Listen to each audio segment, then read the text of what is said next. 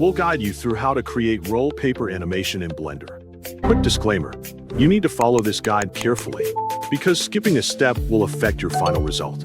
If this guide helpful, don't forget to like and subscribe. First, open Blender on your desktop.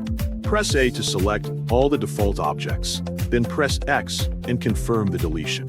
After that, press Shift+A, open the mesh section and add a plane. Next, press Tab to enter edit mode.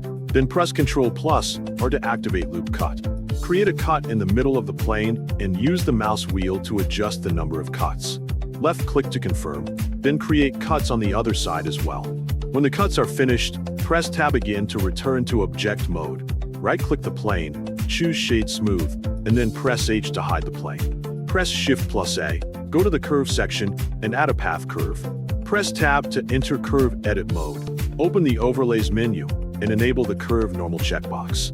Right-click the curve and choose Subdivide. Open the Settings panel at the bottom and set the number of cuts value to 10. Select the endpoint of the curve and enable proportional editing. Press R, then Y. Use the mouse wheel to adjust the influence size and rotate the curve until it forms a spiral shape. Press Tab and then numpad 1. Rotate the curve with R so the starting point is straight along the Z-axis. Press Tab again, select the starting point. Press E to extend it, and then press X so the extension follows the X-axis. After that, press Tab, then S to scale the curve smaller.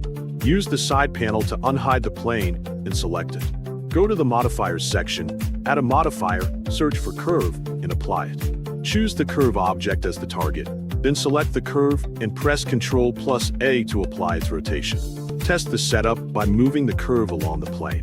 If the plane still appears blocky, enter edit mode and subdivide it again. Finally, place the curve beside the plane, press I to add a keyframe. Move to another frame on the timeline and move the curve to the other side, then press I again to create a second keyframe, and test the animation by playing it back.